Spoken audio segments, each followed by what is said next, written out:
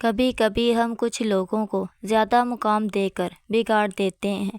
اگر وہ لوگ کم ظرف نکلیں تو بدلے میں ہماری آنکھوں کو آنسوؤں سے بھر دیتے ہیں اور دل درد سے بھر دیتے ہیں۔ اپنے نقصان پر ہرگز غمزدہ نہ ہوا کریں، کیونکہ اللہ آپ سے اس وقت تک کچھ واپس نہیں لیتا جب تک کہ اس سے بہتر آپ کو عطا نہ کر دے۔ محبت کبھی کبھی یقین کی سب سے اونچی سیڑھی سے اتنے زور کا دھکا دیتی ہے کہ انسان کسی پر بھروسہ نہیں کر سکتا ہے۔ حضرت علی رضی اللہ تعالیٰ عنہ کا فرمان ہے، دنیا میں 1000 رشتے بناؤ لیکن ایک رشتہ ایسا بناؤ جب 1000 رشتے آپ کے خلاف ہوں تو وہ ایک اکیلا آپ کے ساتھ ہو۔ چاہے ساری دنیا تمہیں مایوسی کی طرف دھکیلے، لیکن تب بھی اگر تم اللہ پر کامل یقین رکھتے ہو تو اللہ تمہارے لیے غیب سے وسیلے بنا دیتا ہے۔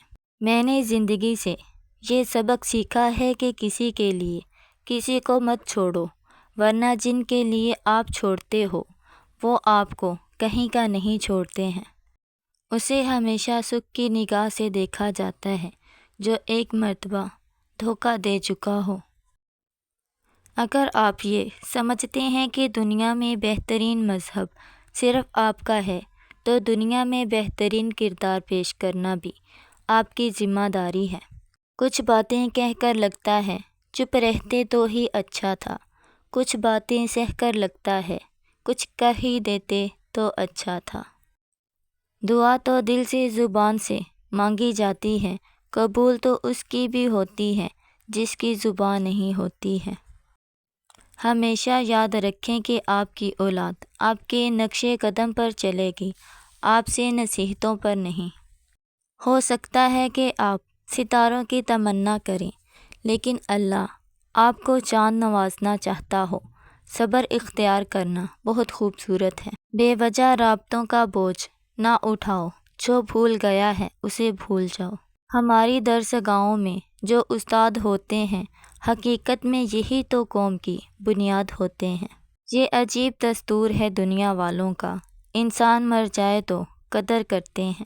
آپ اپنی زندگی میں ان لوگوں کو شامل کریں جو آپ کو ہنسنا سکھائیں، آگے بڑھنے میں مدد کر سکیں اور آپ جیسے ہیں ویسے ہی آپ کو قبول کریں۔ زندگی کی ٹھوکریں بہت نرالی ہوتی ہیں، جب کبھی لگتی ہیں تو کسی کی اصلیت دکھاتی ہیں یا کچھ نہ کچھ ضرور سکھاتی ہیں۔ دنیا کتنی حیرت انگیز ہے، لوگ اپنی شکل سنوارنے کے لیے پیسے لگا دیتے ہیں اور اپنے اخلاق کو سنوارنے سے کتراتے ہیں، حالانکہ یہ بالکل مفت ہے۔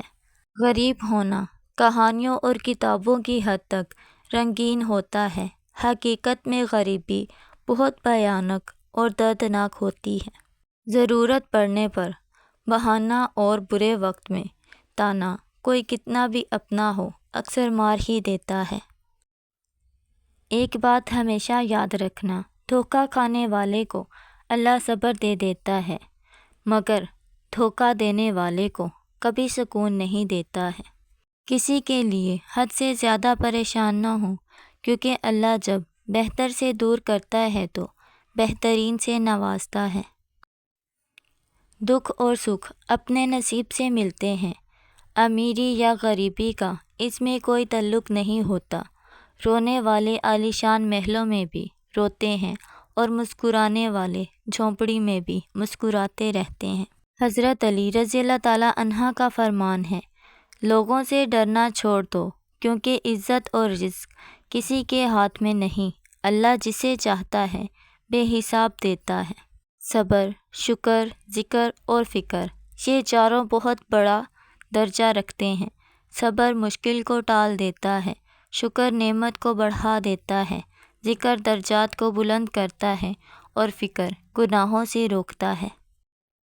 اے میرے اللہ، ہمیں مانگنے کا سلیقہ نہیں آتا ہے، پھر بھی ہم ہر روز تیرے سامنے ہاتھ پھیلاتے ہیں، اس یقین کے ساتھ مانگتے ہیں کہ تیرے سوا ہماری دعاؤں کو قبول کرنے والا کوئی نہیں ہے۔ جب بھی دعا مانگو تو اپنی اوقات دیکھ کر نہیں بلکہ اپنے رب کی شان دیکھ کر مانگو۔ ہم لوگ نیک بننا نہیں صرف نیک دکھنا اور نیک کہلانا چاہتے ہیں، اور یہ منافقت کا سب سے بڑا اور اعلیٰ درجہ ہے۔ حضرت علی رضی اللہ تعالیٰ عنہ کا فرمان ہے، انسان کا سب سے بڑا اور بہترین عمل معاف کرنا اور بھول جانا ہے۔ مولا علی رحمۃ اللہ علیہ فرماتے ہیں، جب تمہارا دل کسی سے گلے لگ کے رونے کو چاہے تو قرآن پاک کو گلے لگا لینا۔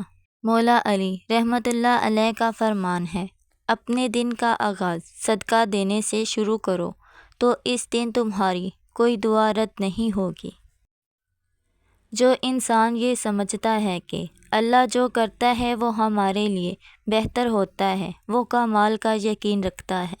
جس زبان سے جھوٹ نکلنا بند ہو جاتا ہے، اس زبان سے نکلی ہوئی ہر دعا قبول ہوتی ہے۔ حضرت علی رضی اللہ تعالیٰ عنہ کا فرمان ہے، کسی کا ساتھ چھوڑنے سے پہلے یہ ضرور سوچ لینا کہ اس کے ساتھ اب تک کیوں تھے۔